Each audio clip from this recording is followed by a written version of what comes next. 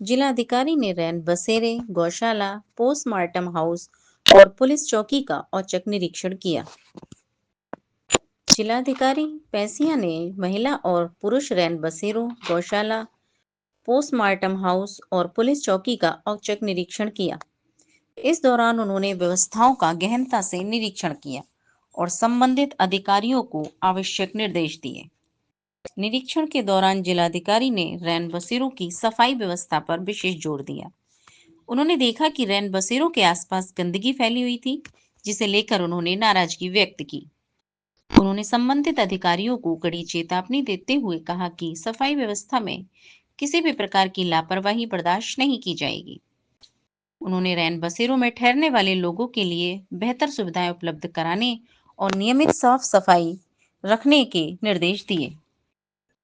गौशालाओं का निरीक्षण करते हुए जिलाधिकारी ने गायों के चारे और पानी की व्यवस्था का जायजा लिया।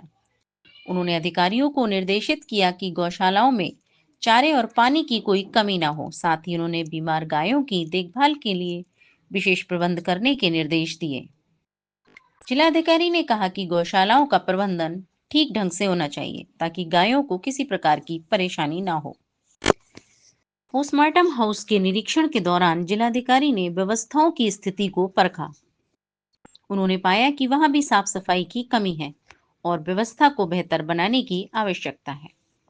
उन्होंने अधिकारियों को निर्देशित किया कि पोस्टमार्टम हाउस में साफ सफाई के साथ साथ अन्य जरूरी संसाधनों की उपलब्धता सुनिश्चित की जाए।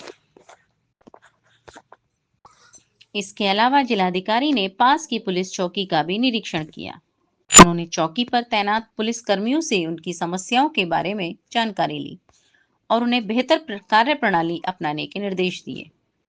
उन्होंने पुलिस चौकी के रिकॉर्ड को अद्यतन रखने और आम जनता से जुड़े मामलों का संवेदनशीलता के साथ निपटारा करने पर जोर दिया है।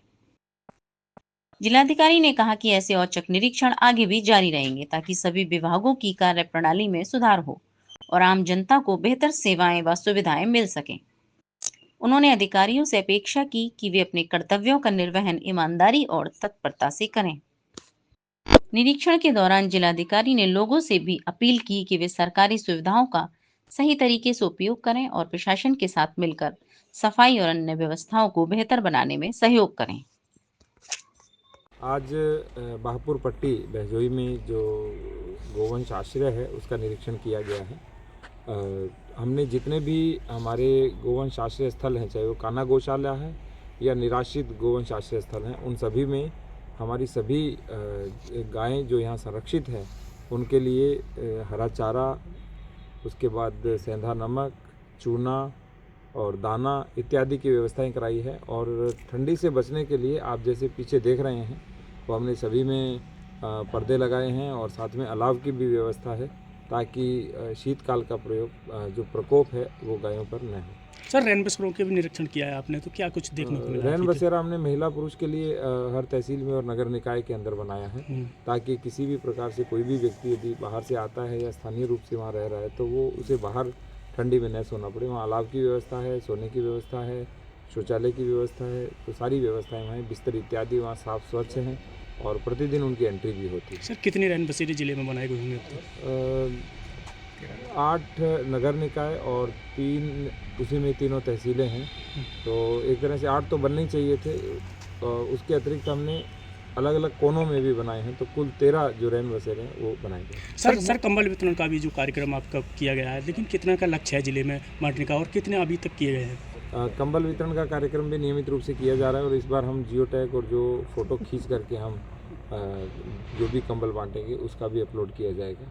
उसके अतिरिक्त CSR से और स्थानीय लोगों के सहयोग से भी हम कंबल वितरण कार्यक्रम करवा रहे हैं। जैसे अभी हमने वृद्धाश्रम में कराया या जहाँ पर भी इस तरह जहाँ रैन बसेरे बने हुए हैं वहाँ हम करवा रहे हैं, तो जहाँ पर भी जो ज़रूरतमंद हैं उन सभी को हम कंबल वितरित करवा रहे हैं। सर, कुछ जगह का लक्ष्य है, लक्ष्य कितने का है सर? सर, कुछ जगह गौशाला खुले में घूम रही हैं सर, उसके लिए क्या निर्देश दिए गए हैं सर? हमारे लगभग 22 से 23 हज़ार जो गोवंश हैं वो हमारे संरक्षित है और कुल हमारे पास वर्तमान में 109 हमारे पास गोवंश आश्रय स्थल थे, जिनको हम रिड्यूस करके 25 से 30 कर रहे हैं ताकि एक ही गोवंश को बहुत बड़ा और बहुत अच्छा बनाया जा सके।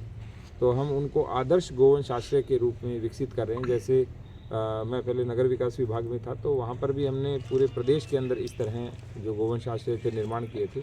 उसी तर्ज पर यहाँ भी बड़े बड़े गोवंश आश्रय बना रहे हैं, ताकि उनका निरीक्षण भी सहजता और सरलता से हो सके। और बाकी जो गोवंश आश्रय स्थल हैं उनके अंदर हम घास उगा रहे हैं। चारागांव में हम नेपियर घास उगा रहे हैं और उनकी मैपिंग करके वहाँ की जो हरी घास का प्रयोग हम गोवंश के लिए कर रहे हैं। ठीक है।